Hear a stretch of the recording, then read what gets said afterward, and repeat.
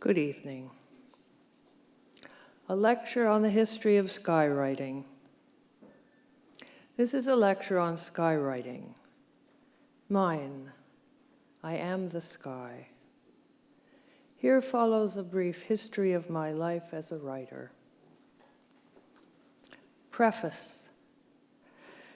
At first I wrote only for myself, nothing else existed. In the uncounted millennia before the Big Bang, when I was a riot of atmospheres and inexplicable non-gravitational intensities, before the creation of galaxies or cherry trees or rational thought, before the creation of creation, I kept a few notes. I can't call it a diary because day as such did not yet exist, but it had the same solipsistic purpose, to prevent the moments of my own life from being allowed to waste away like a tap left running, as Virginia Woolf put it on page 239 of Volume 1 of her somewhat later contribution to the same genre. Of course, taps as such did not yet exist either, but I'm trying to give an impression of a tendency to self-reproach that I shared with Mrs. Woolf from the beginning. We writers feel the burden of being a subject in process, no matter who we are. Footnote 1. Linear time, a human and mortal invention, makes no sense to me. It goes without saying, insofar as I have always existed and probably will. But I recognize that humans find a temporal framework helpful in grasping larger ideas. So let's pretend that the eras of my development as a writer succeeded one another as days of the week, on a sort of biblical model, with the modification that on the seventh day, rather than resting, I came here. Monday. On Monday, I had innumerable girlfriends and a few boyfriends, and wrote up lists of these with capsule biographies and ratings on a scale of 1 to 10. Also a fair number of sonnets. The universe was expanding, redshift by redshift. Most of my paramours were chunks of frozen rock, miniature suns, minor moons, dwarf planets. I struggled with a few passionate asteroids, but in general avoided asteroids as being too small to get hold of. I was a super hot, super dense young sky, and I liked a good bit of rebound, especially against the cosmic microwave background of that first day of my, so to speak, autobiographical week. It was a rubbery time, nothing nailed down, emotions oscillating like crazy. Every desire broke me open in a dawn of Tiepolo pink. Yet I have to say I was never more physically fit. Due to the level of G-force pressure experienced during cosmogonic workouts, I could chart hourly improvements in bone density, lymphatic drainage, and overall mood. Sex was my angel of reality on Monday, better than bowling or daily aspirin. I did not worry about being exhausted by Tuesday, but then, late Monday night, a certain Alcmene broke my heart and I had to pause. Alcmene was a nymph of Argos with light brown hair.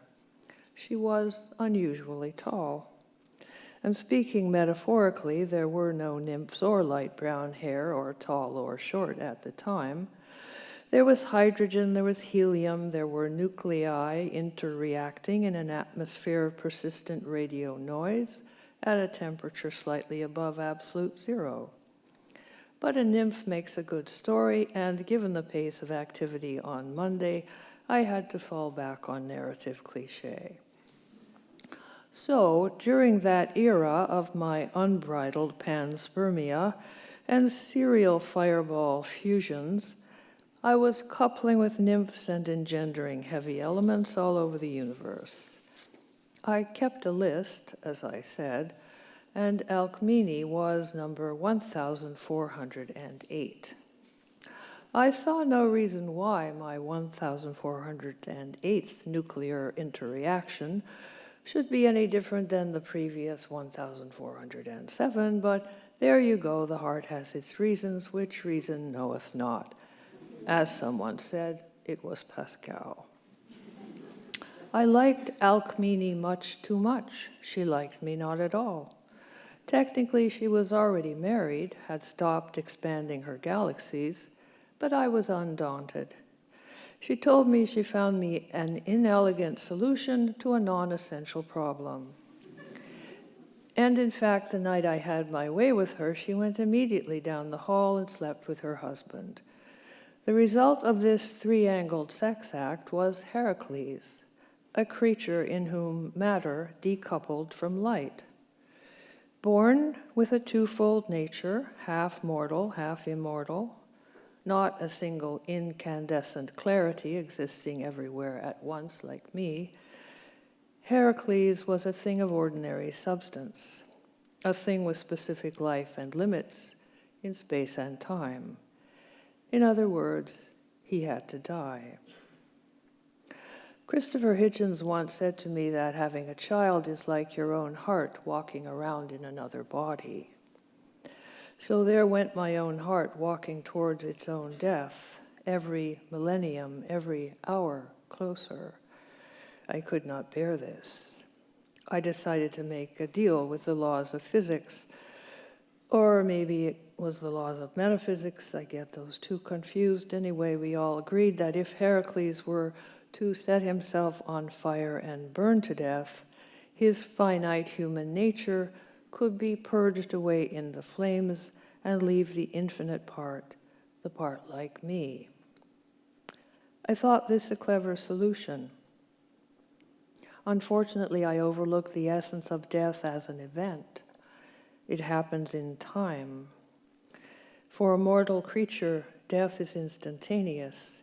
You're alive 1 minute, you're dead the next.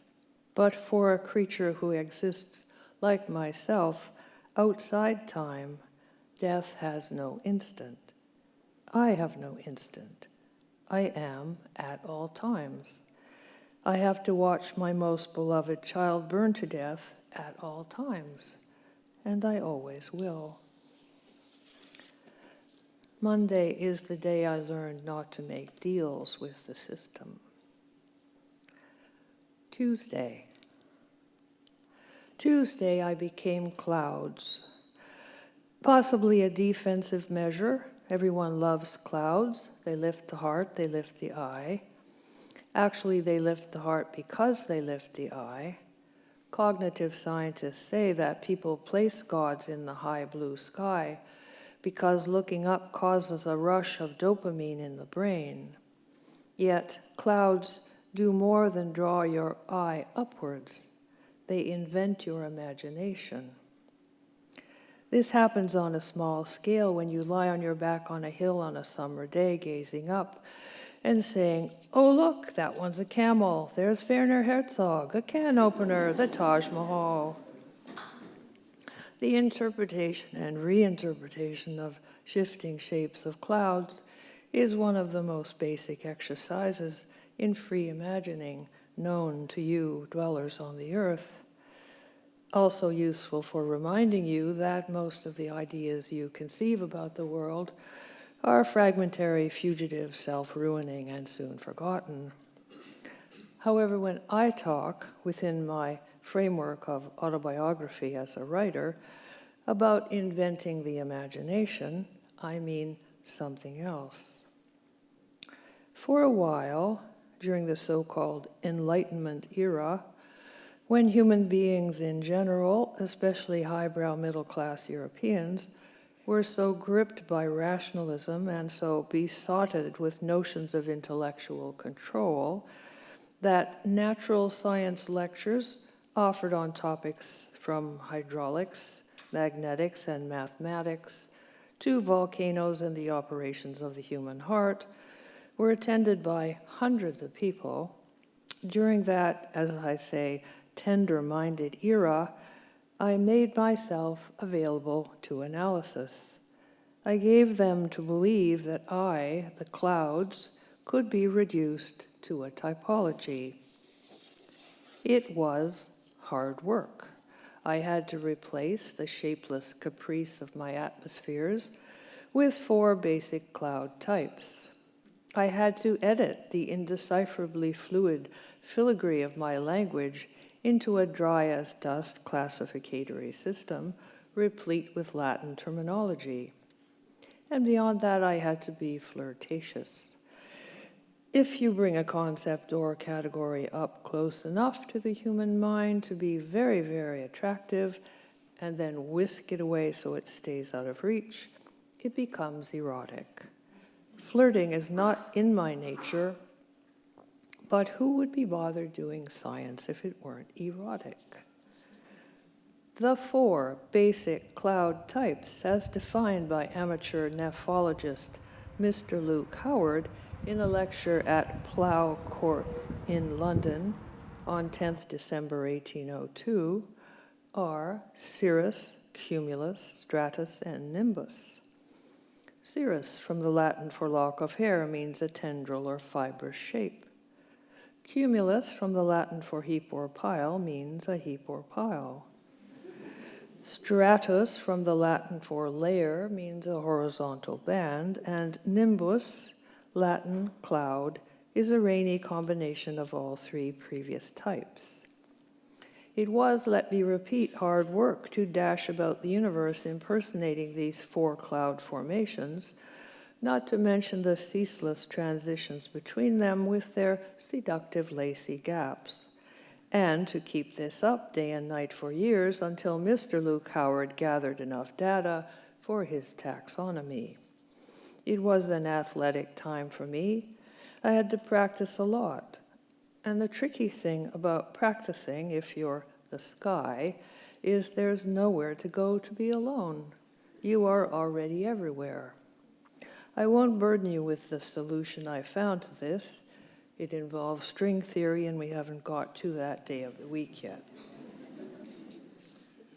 Mr. Luke Howard's taxonomy of clouds was just one small component of the scientization of all things that began with Descartes and has shaped the mess in which the present world finds itself. Still, I am perversely proud to have been part of it, insofar as my contribution was a work of fiction and ought to have subverted the whole taxonomic process. I admit I was surprised when reason prevailed, and from this learned never to be surprised when reason prevails, especially if reason's data are imaginary. At the same time, the experience refreshed and refocused my own creative process. Let me quote here John Cage: "Something has to be done to get us free of our memories and choices." Wednesday. Exhausted with hauling myself around the upper air in cloud masquerade, I decided on Wednesday to sit at my desk, use the telephone, and do an interview. I interviewed pebbles and small rocks. Insofar as I have, so to speak, all the time in the world, I could interview all the pebbles and small rocks in the world simultaneously. Even so, it was a quiet experience. The questions were formulated as a sort of quiz. Here's a précis of the most interesting answers they gave to the questions. 1, smoothness. 2, the Crumbine-Phi scale of sedimentology. 3, Mars. 4, golf on Mars. 5, put up signs expressing state of mind. For example, yes, I love you, help. My questions had been concerned with the following areas respectively. 1, criteria for racial or class prejudice in your community.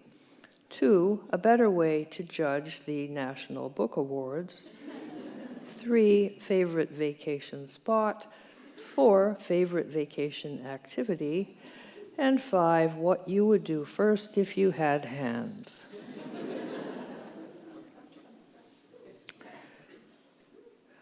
Well, the Pebbles and Small Rocks interview didn't even take all morning, so after lunch, I picked up the phone again and called that gentleman everyone was waiting for in the latter part of the 20th century. Here is a transcription of our chat. First things first, do I call you Godot or Godot? Why not use my first name? Okay, what's that? Rusty. So, tell me, Rusty, how did it all get started, the non-arriving? Started in a thinness. What sort of thinness?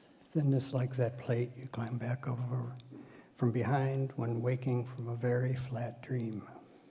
Any narrative trajectory? Keep moving at all times. Avoid touching the hole at the center of the thinness. What's the hole for? Discourage snooping. Any music? Oh, honky-tonk sort of thing, mostly percussion. I didn't like it. I didn't do the music. What about lighting? Floodlights. Oh, Rusty, how exhausting. Yes, exhausting and boring. I would have been monumentally bored had I not met Yoko Ono, who gave me several suggestions for passing the time. Like, for example? Like, for example, send a note of appreciation to silent, courageous people you bump into. Metal workers, mothers, street sweepers, etc. Keep doing it. See what happens. Maybe that's a good note to end on, faintly redemptive. Oh, but I have quite a few anecdotes left. You know, Rusty, it's been a hard morning for me. How so, Mr. Sky? I've been trying to get a few sound bites out of the Pebbles and Small Rocks. Pebbles and Small Rocks, say no more. You know them? He auditioned a whole lot of Pebbles and Small Rocks before he hired me. One can see why. Oh, sure, good looks. Lots of natural talent, but no method, no sense of elsewhere. Pebbles and Small Rocks don't know how to bring it up from inside. But did you enjoy working with him? God know what a monster. If ever we asked him questions about the text, he'd warn us to be on guard against committing reason. Sounds like John Cage. Much harsher man than Cage. Build a little kingdom, then shit on it, he'd say. I am familiar with that impulse. Well, time for my afternoon nap. Goodbye, Mr. Sky. Thank you, Rusty. It's been a consoling hour. Thursday. Maybe because Wednesday had been a good day, almost Proustian, I made the mistake on Thursday of attempting to write a memoir of childhood, and all but vanished into its vortex of prehistoric pain. There were mountains on mountains, mothers frustrated, fathers castrated, brothers and sisters driven down to hell, the usual family horror and disputes about using the car. I won't bore you. I drew a big X through the manuscript, deleted it from the computer, and sent a note to Yoko Ono. Footnote 2. Memoir writing was, for me, a process that entailed long periods of silent reflection, during which I tried to keep my mind motionless and my eyes downcast. Here is my favorite thing to look at with eyes downcast. Forest shade, lake shade, poplar shade, highway shade, backyard shade, cafe shade, down behind the high school shade, cow shade, carport shade, blowing shade, dappled shade, shade darkened by rain above, shade under ships, shade along banks of snow, shade beneath the one tree in a bright place, shade by the ice cream truck, shade in the new car sales room, shade in halls of the palace, just as all the electric lights turn on. Shade in a stairwell, shade in tea barrels, shade in books, shade of clouds running over a distant landscape, shade on bales in the barn, shade in the pantry, shade in the ice house, the smell of shade, shade under runner blades, shade along branches, shade at night, a difficult research, shade on rungs of a ladder, shade on pats of butter sculpted to look like scallop shells, shade to holler from, shade in the chill of bamboo, shade at the core of an apple, confessional shade, shade of hair salons, shade in a joke, shade in the town hall, shade descending from legendary ancient hills, shade under the jaws of a dog with a bird in its mouth trotting along to the master's voice, shade at the back of the choir, shade in pleats, shade clinging to arrows in the quiver, shade in scars. Footnote 3. Meditating on shade led me to ponder absent presence in general, and to begin to worry about those many sky-related questions you will undoubtedly still have after this lecture is finished.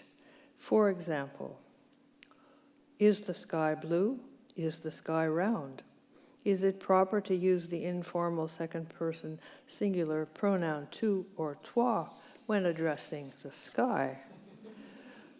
Do hawks and falcons look so fantastic, rising and falling because they have the sky as background, or would they look equally good flying through mud or a piece of corduroy?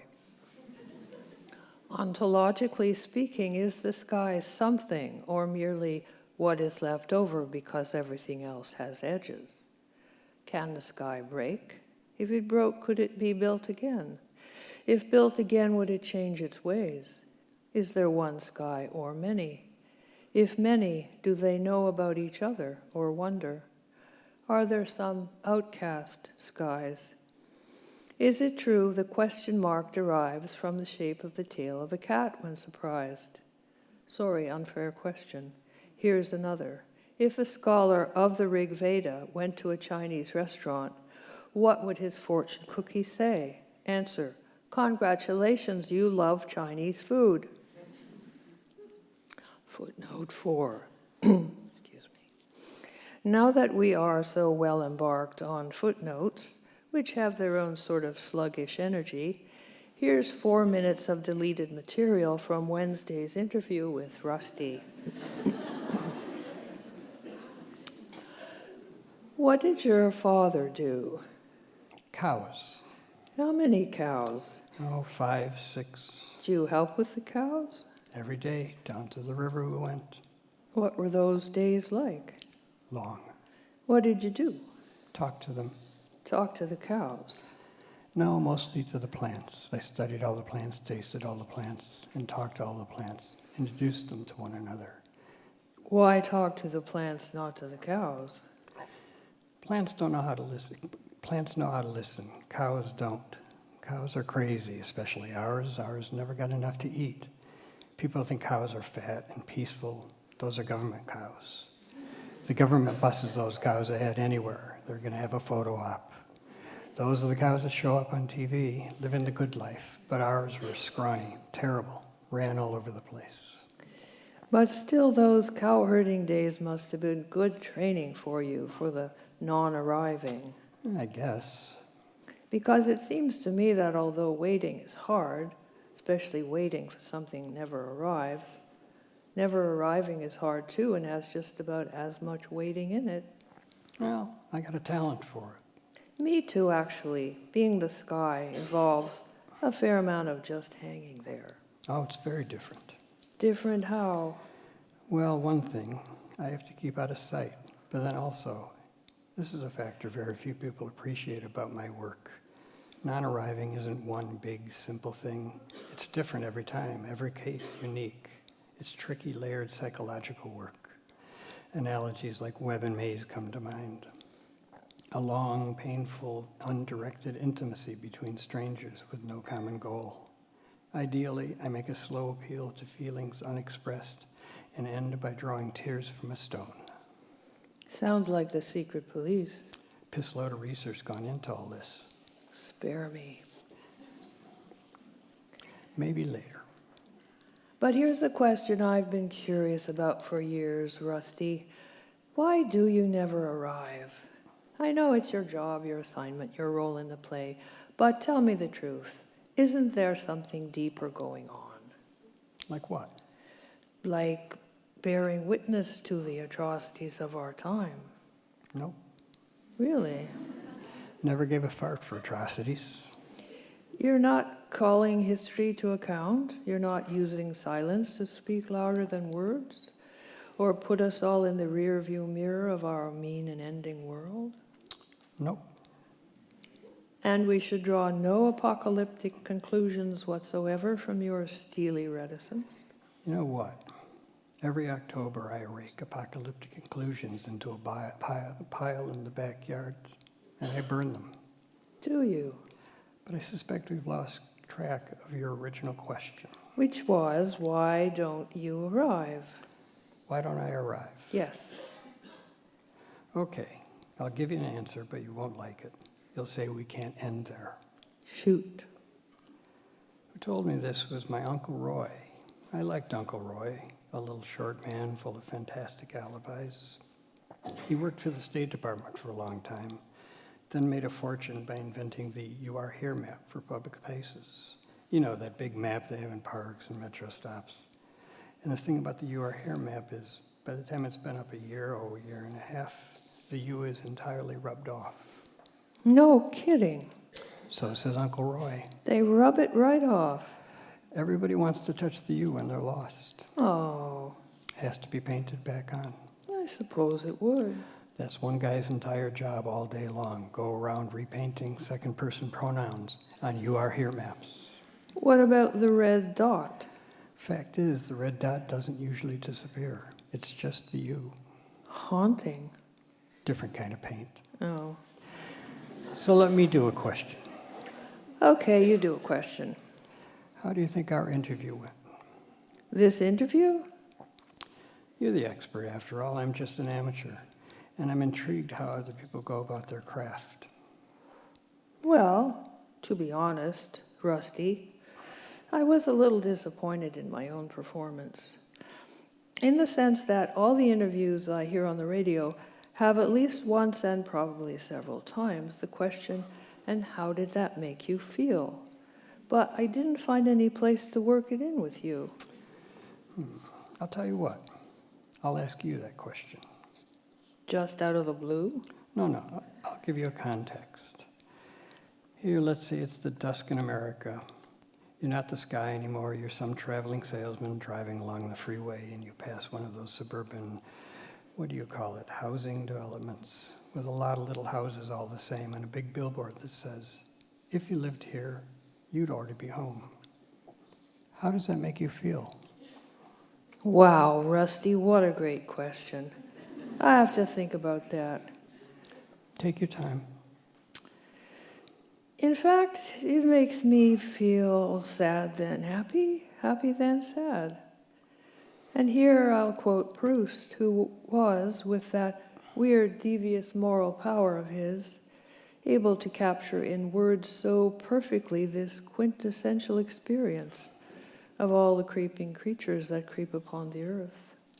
Quote, "And so it was from the Guermantes way that I learned to distinguish those states of mind that follow one another in me during certain periods, and that even go so far as to divide up each day among them, one returning to drive away the other with the punctuality of a fever, contiguous, but so exterior to one another, so lacking in means of communication among them, that I can no longer understand, no longer even picture to myself in the one what I desired or feared or accomplished in the other." Close quote. That was Swan's Way, translated by Lydia Davis. I like it. Me too. Friday. On Friday, I decided to delegate. Why do all this thankless work writing if I can hire a ghost? So for a while, I experimented with sky writers, sky typers, and sky dot matrix printers. There are aeronautical experts who perform all these media in little airplanes that exude picturesque white smoke. I have to say, though, I was dismayed by the level of invention overall. I had envisioned epic poems in hexameter verse arcing across the heavens from Patagonia to Paris. Instead, I got I Love You, Doris, and ads for Lucky Strike. But halfway through Friday, I realized I was on the wrong track. I was looking to the public for what could only be private. I had to step back from the marketplace to the inside of the mind. That's when I became a Hindu, or at least very deeply interested in what Hindu scholars of the Rig Veda mean by writing. The hymns of the Rig Veda contain the following suggestion, quote, "Something only exists if consciousness perceives it as existing. And if a consciousness perceives it, within this consciousness there must be another consciousness perceiving the consciousness that perceives," and so forth.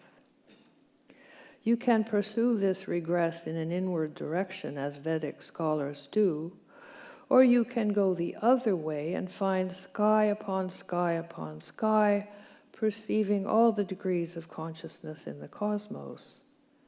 You need to take a breath to think this, and your breath is the thinking.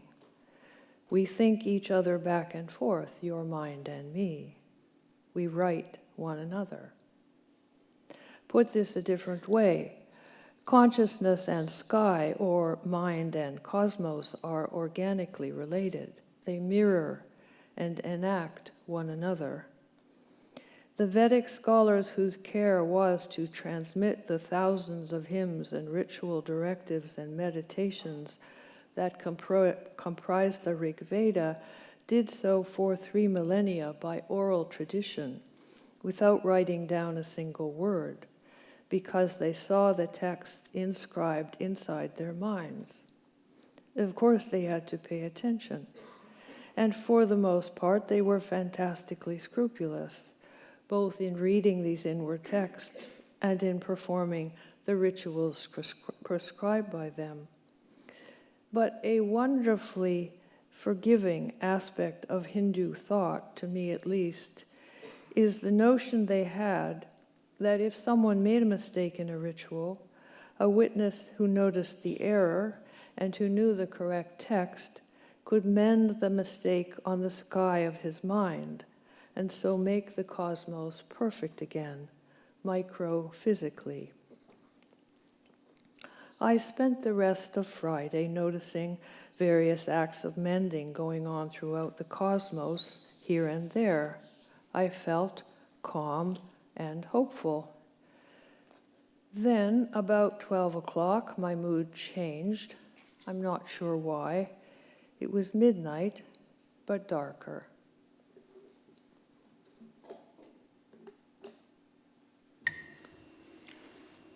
استيقظت يوم السبت متضارب الأفكار، وأدركت بخبرتي الشخصية أن هناك منطقة هائلة ما زالت غير مفسرة وغير مستكشفة.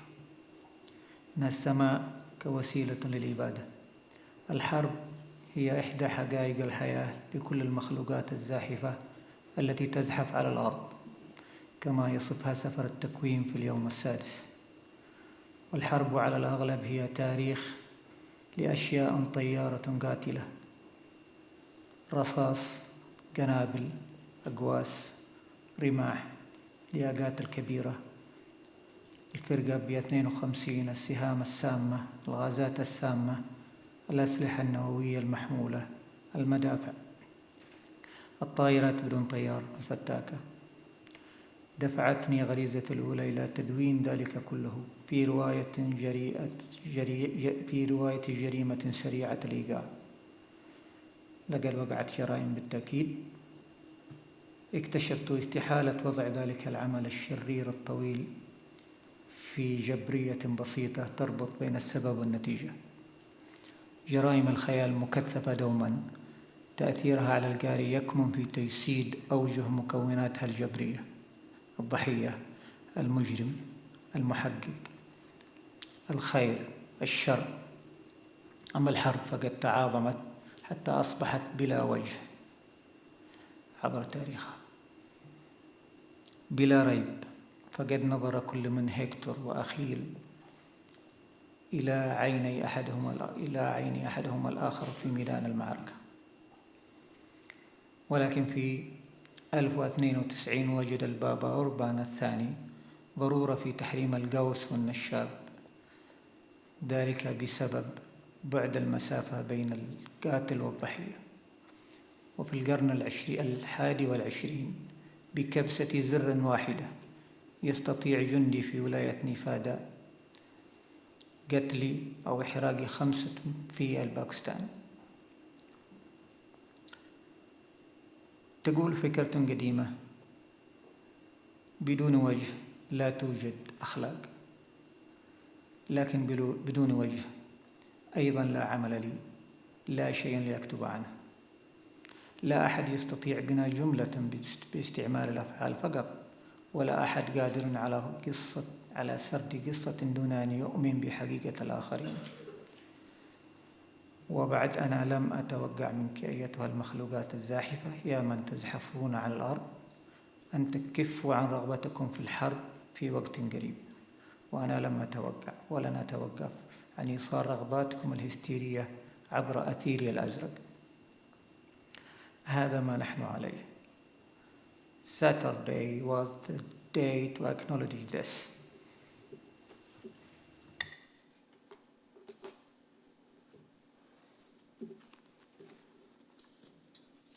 Saturday I awoke conflicted, for I realized, autobiographically speaking, that there was one vast area of self-experience as yet unexplored and unexplained, namely sky as a medium of annihilation. Warfare is a fact of life for all the creeping creatures that creep upon the earth, and warfare is mostly a history of death-bringing stuff flying through the air. Bullets, bombs, bows and arrows, Big Berthas, B-52s, poison darts, poison gas, portable nukes, cannonballs, curses, lethal drones. My first instinct was to fashion all this into a fast-paced crime novel. Certainly there were crimes. But it proved impossible to condense that long evil-doing into a simple algebra of cause and effect. Crime fiction is very condensed, and its impact on the reader derives from giving a face to the algebraic components: the victim, the criminal, the detective, the good, the bad. Warfare has grown increasingly faceless throughout its history. Surely Hector and Achilles looked into each other's eyes on the battlefield, but in 1092 Pope Urban II found it necessary to outlaw the crossbow as being inglorious due to its distance from death, and by the 21st century a soldier in Nevada can push a button and have 5 people in Pakistan burst into flame. Without the face, no ethics. This is an old idea. But also without the face, no function for me, nothing to write about. No one can make sentences using only verbs. No one can tell a story without believing in the reality of other people. Yet I don't expect all you creeping creatures that creep upon the earth to stop wanting warfare anytime soon. And I don't expect me to stop delivering the hysterical valentines of your desire through my beautiful blue air. That's who we are. Saturday was the day to acknowledge this. Every writer's week arrives at a Saturday, a day when he wishes it were Monday again and he could start over with the innocence of his first sonnets, or even the relative rectitude of Tuesday, when the Enlightenment was dawning and Immanuel Kant was writing sentences like, "Two things move me to wonder, the starry sky above me and the moral law within me." Those starry skies don't come back. So now it is Sunday. Creation rests. I close my notes. Like every author, when I come to the end of a piece of writing, it is quite clear to me that I will never write again. The upper air, the middle air, the lower air is blank. Blankness plunges out of it. Blankness plunges out of it and goes elsewhere. And I suppose it will arrive. The end.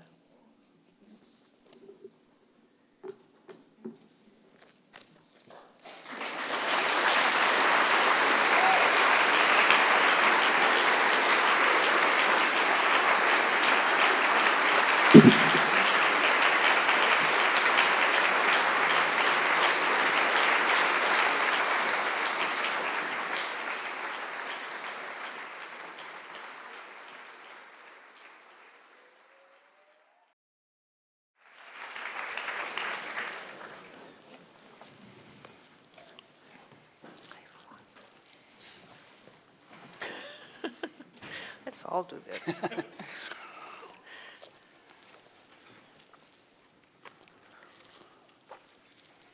Oh, I forgot my pages.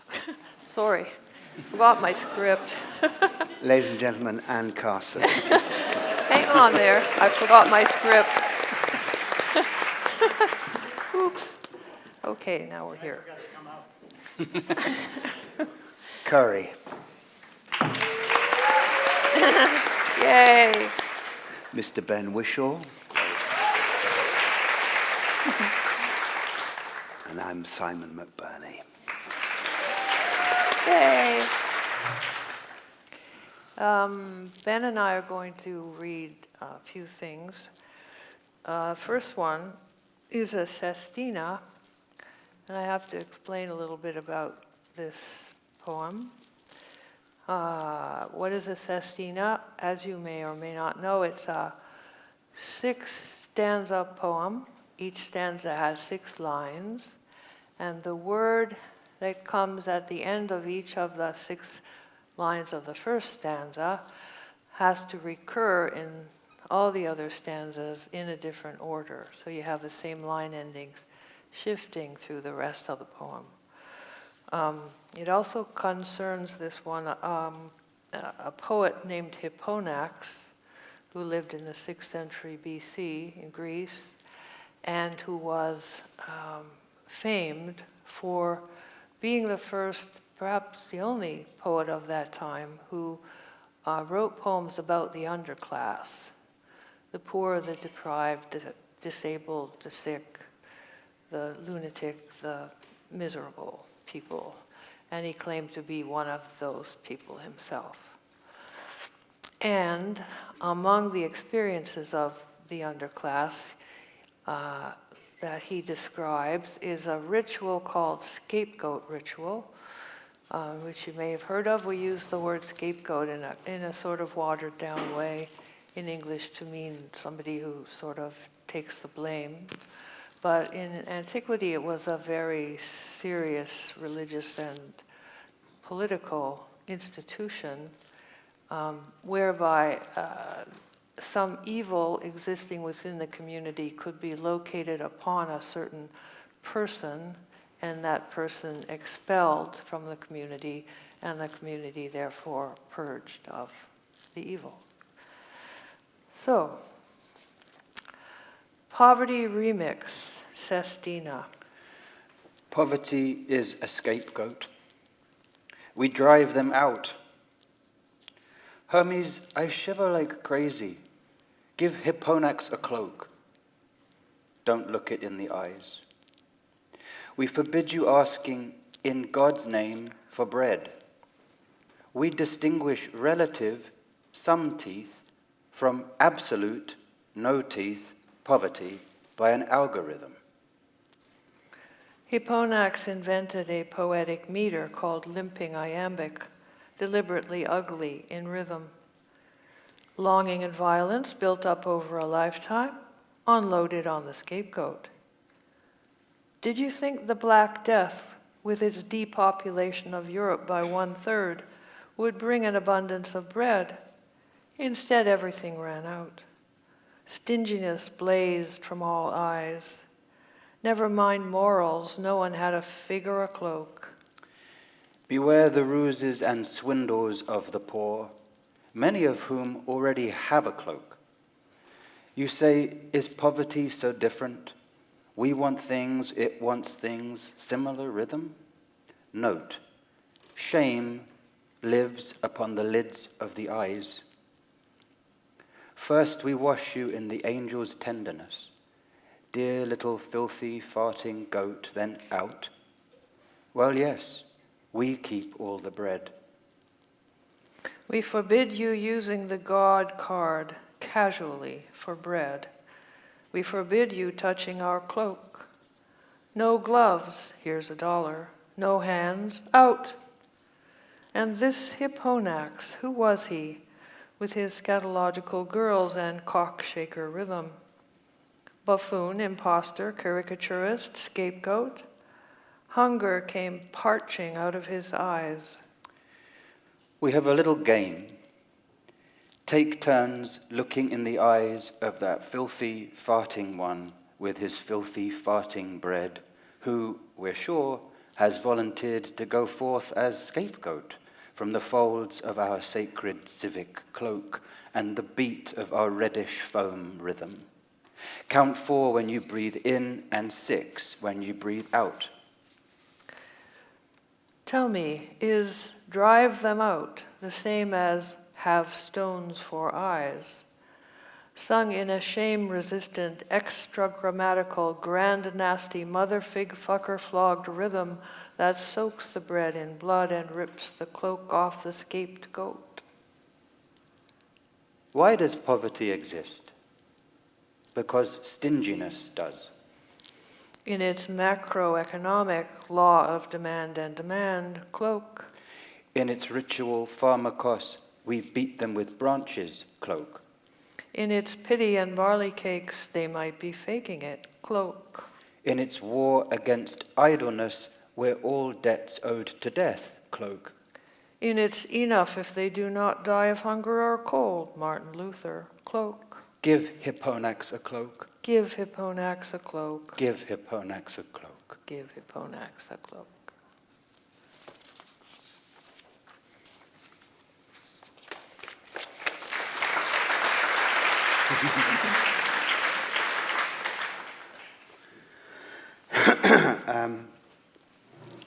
So I wanted to start by asking, how do you sustain morale during a long project? Lutheran guilt.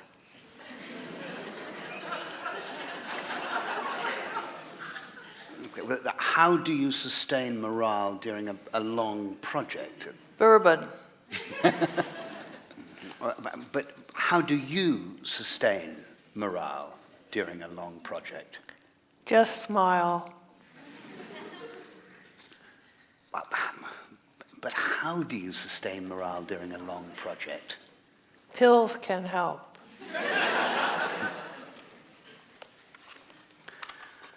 The fate of the earth. The fate of me. The fate of you. The fate of Faisal. The fate of the court where Faisal will plead his case. The fate of the court's bias. Every court has a bias. It sifts to the surface gradually. The fate of whomever we drink to after court. The fate of that branch of mathematics that deals with dead-end depth. The fate of Yemen, where Faisal will probably never return. The fate of the engineering job Faisal had in Yemen before the events in question. The fate of the simple random walk and its difference from the homesick random walk. Concepts from a mathematics textbook I read once about dead-end depth. The fate of Montreal, where Faisal lives now. The fate of his family, the ones still alive back in Yemen, and the fate of the bridal couple still alive whose wedding was the target of the drone pilot. Mistake. The fate of the others, not still alive. Mistake. The fate of the moon that rose over us as we drove through the mountains of Pennsylvania to be present at Faisal's day in court. The fate of the silveriness of the moon that no words can ever describe. The fate of the bright, sleepless night. The fate of our phones, which we decide to take to the courthouse at 9 a.m. and relinquish at the door. The fate of the two guys doing a job interview in the cafeteria where we stopped for coffee on the way to courtroom 31. Been around the block, says one guy. Army does the billing, says the other guy. The fate of so many men in suits and ties. The fate of being lost in marble corridors. The fate of being much too early at courtroom 31. The fate of the knot of lawyers who surround Faisal as he enters in a new suit. The fate of congratulating him on his new suit. The fate of his smile. His smile is great. The fate of the numerous clerks who pour glasses of water for the judges and generally fuss around. The fate of the pearls worn by Judge Tollard, who sits on the far right of the bench, which curve like teeth below her actual teeth. The fate of straining to hear what Faisal's lawyer, with his back to us, says to the judges. The fate of him perhaps saying that the government is asking the court to refrain from judging, asking the court to step back without knowing what it is stepping back from. The fate of proportionality, a matter of context. The fate of what is or is not a political question. The fate of the precedent called al-Shifa, with which everyone seems familiar. The fate of a publicly acknowledged program of targeting people who might be a danger to us. The fate of inscrutable acronyms. The fate of me totally losing the thread of the argument as we distinguish merits from standing. The fate of what Faisal is seeking, which is now given as declaratory relief, new phrase to me. The fate of plaintiffs who have no chance of being harmed in the future due to being deceased, a wording that gives me pause. The fate of how all this may depend on her pearls, her teeth. The fate of the words, "We are really sorry, we made a mistake," which Judge Tollard utters in a hypothetical context, but still, it's good to hear. The fate of the government lawyer who is blonde and talks too fast, using jurisdictional many times and adding, "as the relief sought is unavailable." The fate of wondering why it is unavailable to say sorry. The fate of Judge Tollard's invitation to the government lawyer to tell the plaintiff how he might exhaust all administrative avenues of redress, as the government claims he should have done before bringing the case. "Where would he go?" Judge Tollard asks with apparent honest curiosity. "If you were he, where would you go?" The fate of our bewildered conversation afterwards about why she said this, whose side she is on, what she expects Faisal's lawyer to do with it now. The fate of the tuna sandwiches eaten with Faisal while debating this, the fate of his quietness while others talk, the fate of his smile, which seems to invite the soul, centuries ago, serving tea, let's say, to guests, the moon above them, joy. The fate of disinterestedness, of joy, of what would Kant say, of not knowing, of not understanding what kind of thing the law is anyway, for example, in its similarity to mathematics, for they both pretend to objectivity, but objectivity is a matter of wording, and words can be, well, a mistake. The fate of many thoughts that go on in Faisal when he is quiet, or the few thoughts, how would I know? The fate of the deep-sea diver that he resembles, isolated, adrift. The fate of him back in his kitchen in Montreal next week or next year, sitting on a chair or standing at the window, the moon by then perhaps a thin cry. perhaps gone. The fate of simplicity, of randomness, of homesickness, of dead ends, of souls. Who can say how silvery it was? Where would he go? Sorry?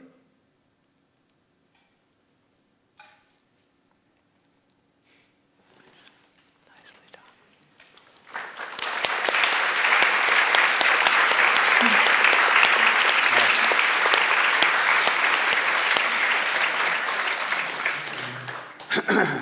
So what is your philosophy of time? Oh, just a minute. Have it here. Everyone's hanging with bated breath, Anne.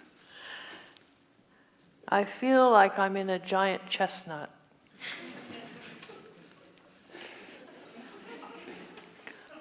What is your philosophy of time? It's a way to travel.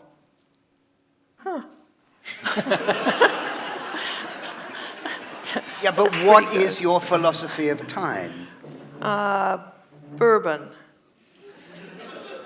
Okay, but what is your philosophy of time? Pills can help. What is your philosophy of time? Lutheran guilt. Yeah, but what is your philosophy of time? Just smile. What is your philosophy of time? Pills can help. What is your philosophy of time? Bourbon. What is your philosophy of time? No kiss.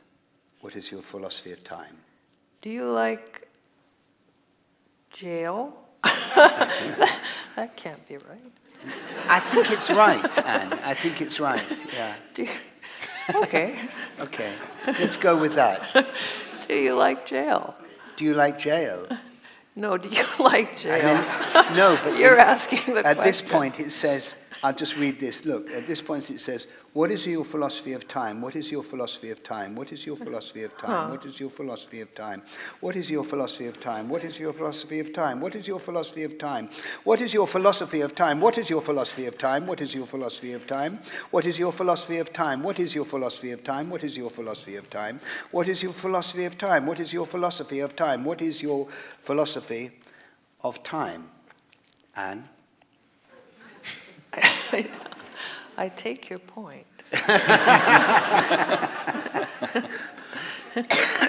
Do you like jail?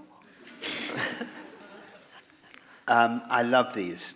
I love all these bits in the book. But I wanted to ask one question, which is, who is Faisal?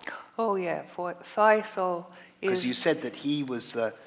You were speaking Faisal's words in the... Yes, you can do that. Hello?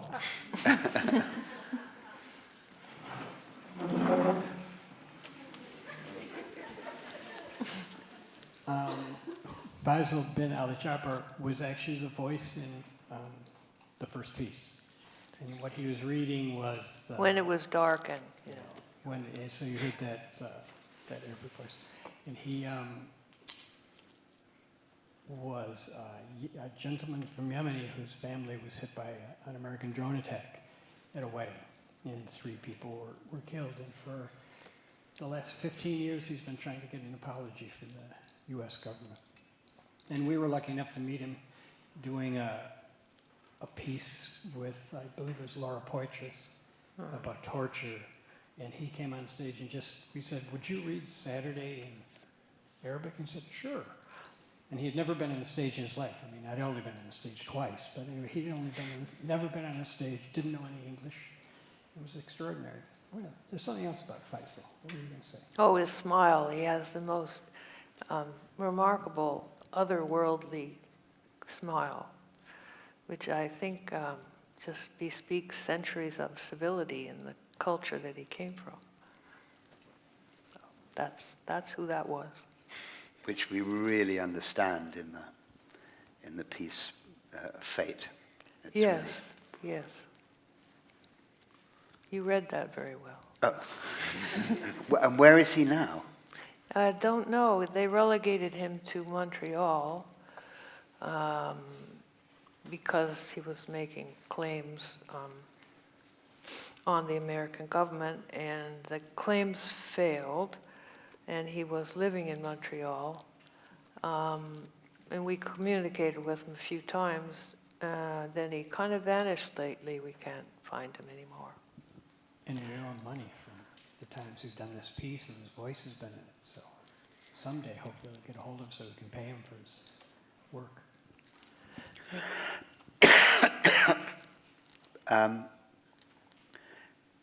I mean, one of the things I love about this is that, so why is it called Wrong Norma?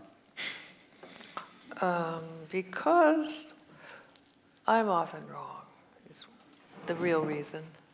These are pieces, often when you make a collection of a book that's a collection of things, people look for coherence in the collection and want or expect a rationale of why they're together, why they're in a certain order. But I didn't have that, so I thought since it was incoherent as a collection, that I'd just call it wrong.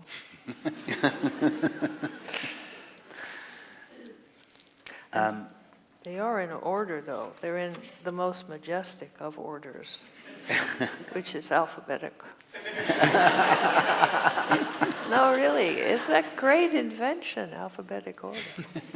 It's so elegant, but inarguable. I didn't realize. And subtle. You see, people miss that. Yeah, but it's incredibly funny, and of course what happens is, as you read it through, you make all sorts of connections, because that's what we do. We do. That's right, the meaning of psychoanalysis, I think. Actually, you can make anything into a story. Yeah. Would you like to read another one Ben with and I Ben? are going to read another thing from here. This one is called Saturday Night as an Adult.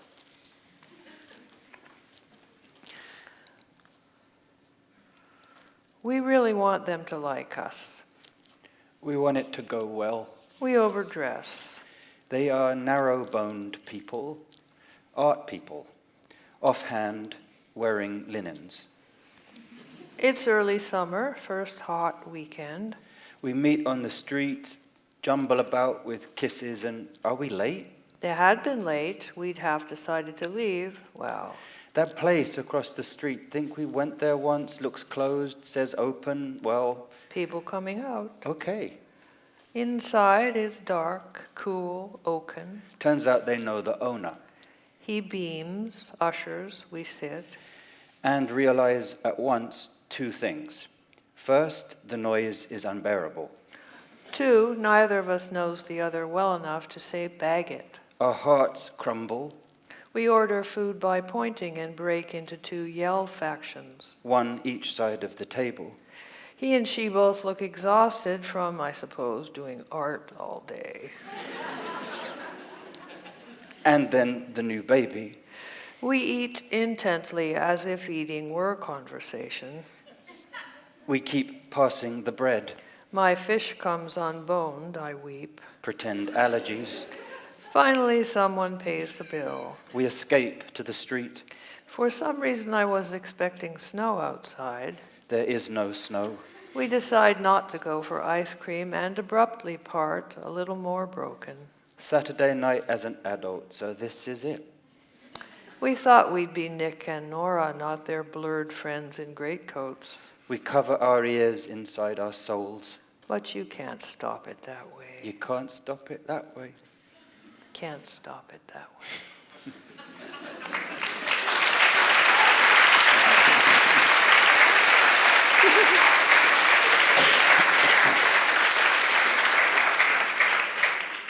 So we had prepared this evening so very, very well.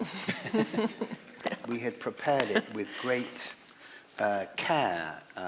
We had got onto a Zoom call, and you and Currie were in Iceland. Yes. And by way of really pertinent questions about your literary output, why do you live in Iceland? We live in Iceland because we like emptiness, and it's a pretty empty place. I mean, landscape-wise, there being no trees. So mostly lava, rock, and ocean. But then more concretely, we went there originally to do an art project with some people,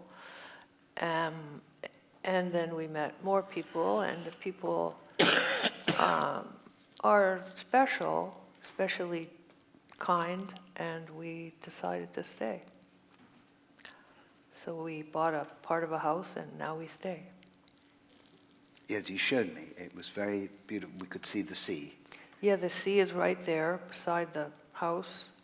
And the volcano, of which you may have heard, is visible every evening across the fjord. It's a comforting presence. Oh, my story? You want me to tell my story about Iceland? Of course we do. No. This is about, oh, okay, well. He pretends he doesn't want to. See, it was all very carefully scripted, this, by Anne. And in fact, I was on the train and we said, right, well, we'll work it out in the sequence of non sequiturs, because the book is a sequence of non sequiturs in which the reader or the audience has to find meaning. So perhaps by telling a story about Iceland, they will then wonder what, in about a year's time, what that... Anyway, I was delayed today, so we didn't get any rehearsal, because a journey which takes an hour and a half took 5.5 from where I live in Stroud. I don't know if somebody threw themselves in front of the train, but not ours anyway, but who knows what happened. But Iceland... talking of journeys, my father, for reasons best known to him, and my mother decided in 1966 to take us, and I think my brother is here, to take us on a holiday to Iceland. At that point, you say that Iceland is now empty. At that point, it was completely empty. Yeah. It was even empty of tourists. And so we put a car on a boat and sailed to Iceland. It took 3 days, and there was a force 8 gale, and my mother was sick continuously, and I was very excited because the waves came right over the top of the boat, and the sailors made me a birthday cake, which I showed to my mother, who promptly vomited. And then we arrived in Iceland, but the night before we were taken up on deck to see a glow in the horizon, and that was Surtsey erupting. Oh, yes. Yeah, and it's now an island with vegetation on it. And we arrived sick in Iceland, completely ill-equipped, because my father, for reasons best known to himself, had brought a frame tent suitable for very still and warm air in the south of France. And that's what we were sleeping in. And this was the end of summer, so the snows were already arriving. It was early September, yes. And it was already very cold. Anyway, we survived that, but when we arrived in Reykjavik, we were all very hungry, and we got off the boat and went up the stairs. For some reason, the restaurant was up some stairs in a wooden hut, and my father said, "Oh, excellent, there is an oxtail soup, a brown soup. Let's order some of that. And a beetroot soup. Let's order soup that will settle our stomachs." Yeah. And the soup came, and the brown soup was in fact chocolate soup. And the pink soup was in fact raspberry soup. And what we didn't know at the time was that in Iceland, you very often start the meal with a sweet soup. So that was our time in Iceland. Is that still the case? Well, they've learned not to offer the chocolate soup to tourists. Yeah, I don't. They do have a Christmas tradition of eating not soup, sweet soup first, but rice pudding with an almond in it. And whoever gets the almond gets a gift. But the reasoning behind that is in the old days, people were, it was a farming culture mostly, and people were very poor because you can't farm, rocks. So it was kind of a hard life. So Christmas, they didn't have a turkey or a pheasant or something, and they thought if they made people eat rice pudding first, they'd be full really fast and they wouldn't notice their own disappointment at having no turkey or anything else, which is, I think, sad but true. Is Captain here? Are you here, Captain? Is that true?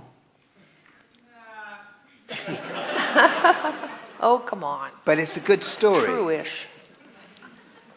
Okay, well, we'll go with that. I was just saying about the wind, which is when we first went there, 20 years ago or something. We lived in this little town called Stickisholmer, and we were complaining to the mayor about how windy it was, and she said, "It's not windy. This school bus has only blown off the road twice this year." And so, And so, what was written in Iceland? Was anything of this written in Iceland? I've no idea. You don't remember where you wrote each sentence, do you? Absolutely the correct answer, which has led us Thank you. nowhere. I just was interested, yes. If you gave me a particular example, I might know, but I can't just off the cuff say what I wrote where. We've only just begun. We've only just begun. I wrote that on my back porch in Michigan.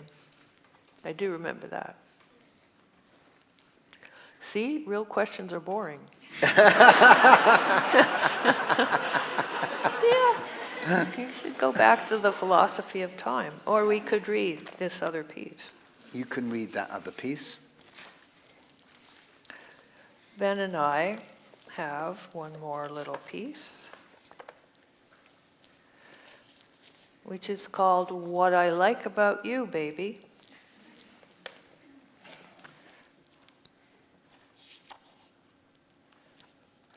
I think you start. You start. I start. You smell damp. Is it raining? Nice and dry in here. 200 seats, not even half full. Japanese Film Week? Funny how Americans dislike subtitles. You said this one's a film noir? What I like about you, baby, is your rock bottom. And what I like about film noir is No one ever reads a book, no one ever cleans their teeth, no one is ever happy except pouring a drink. and they pour lots of drinks. Is there a way to win? No, baby, but there's a way to lose more slowly. Oh, stop. Remember that one we saw where the guy lost his gun? Lost what? We saw it here, I'm pretty sure. Here? Impossible. The first time we came here, yes? All those years ago? Oh, no. It was Japanese Film Week then, too, I remember. I think not. No. It had those old-fashioned subtitles, yes. Wait a minute. Was there a phone booth? Subtitles went by too fast. I remember a scene in a phone booth. Everyone sweating, crammed in a phone booth. That was a different movie. But remember phone booth? No, it wasn't that he lost it. Someone stole it from his jacket on the bus. Stole what? His gun. You always liked really different movies than me. Hard not to like classic film noir. I just remember the heat. That summer, wasn't it the hottest on record or something? You mean in the movie? The reason we went to that movie was the heat, to get out of the heat. No, it was fall. I'm sure it was fall. I've always associated us coming here with leaves falling. Really? Yes, leaves falling, and that haiku poem about having no home. What poem? Was it a haiku? Rilke? No, I don't know. I lost the book. Anyway, the phone booth scene was the best part. That was a different movie. I don't think so. I've been remembering that fall. We used to meet in movie theaters. We met in the underpass. Your parents didn't like me. We met in the park. What was that movie? I adored that movie, not the film noir, the other one. The love suicide. Lovers running in a field. And the raspberries stain her dress. Just the slide of those facts. Was it a joke? Were we mad? Sometimes love is a mess. But a solid mess. I brought my service revolver. Who paid for the hotel? That night, was it a joke? You pointed it at my heart. I remember the smell of leaves. I'd do anything you said. We met anywhere it was dark. There were headlights going by. You had your mother's credit card. You said love should be damnation. You said, I'm doing this for you. There were headlights in your eyes. The chill smell of leaves. Just the slide of these facts. Was I wrong? Were you laughing? You had it wrapped in a fancy napkin from the hotel. It was all so weird and simple. You were maybe a bit off balance then, a bit delirious. A bit deformed. Or was there love? Can love deform? Some sort of shadow invading your soul, or The fact is, we had a pact. there's just her running in a field with the light behind her. We could never agree Not much dialogue at all. on who would go first, And the light is coming out of everything. and he lifts his gun and shoots her through the heart. The fact is, A movie's just bright things and dark things changing places. subtitles went by too fast. So what about the phone booth scene? It was a different movie. I'm going for popcorn. Quiet, it's starting. Well, actually, it's ending. Thank you.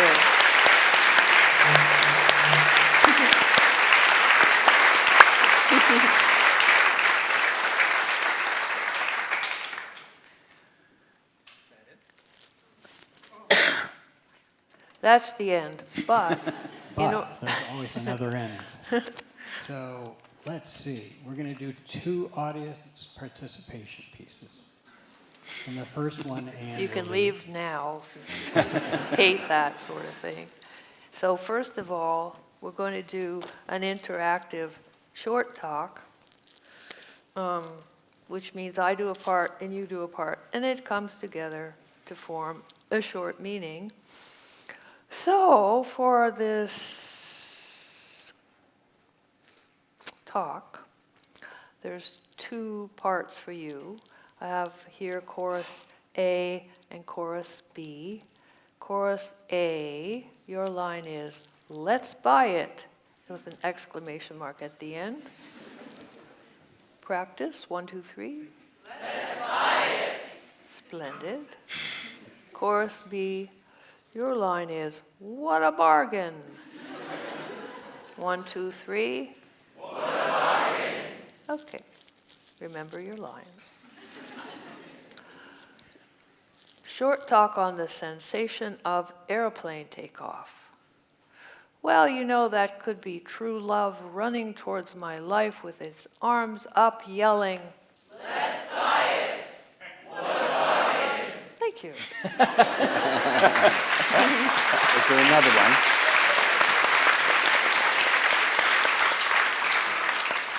Okay, now this one will be tougher. So, since Yoko Ono was in our piece, and Yoko has a big show at the Tate, we're going to do one of Yoko's pieces. It's a piece she did originally called Scream, and she did it, one of the last times she did it was when Trump was elected president, and she went outside the Dakota and she screamed at the top of her lungs for some interminable amount of time. Since then, you know, Laurie Anderson and other artists have had screams in their piece. So what we're going to do tonight is we're going to scream for Yoko for joy. She's 90 years old. So we're going to scream everybody at the top of their lungs for 10 seconds. Okay, is everybody ready? I'll count. He's counting. Okay, it's good. 10 seconds, everybody. 1, okay. 2. Hang on a moment. I think we should. Okay. Everybody so limber should up stand. a little bit. Okay, like this. Hands down here. Right, hands in the air. Everybody, hands in the air. Come on. Everybody hands in the air. That's right. Now, like that.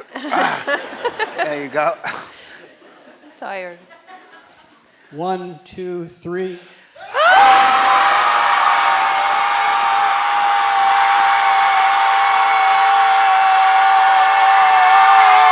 Thank you.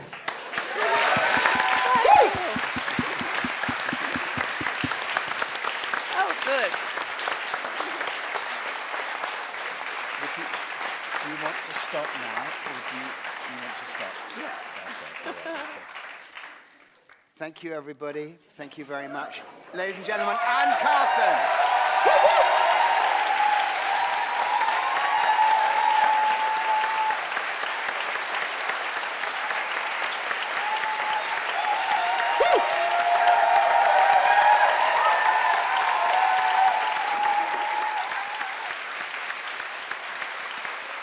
Okay.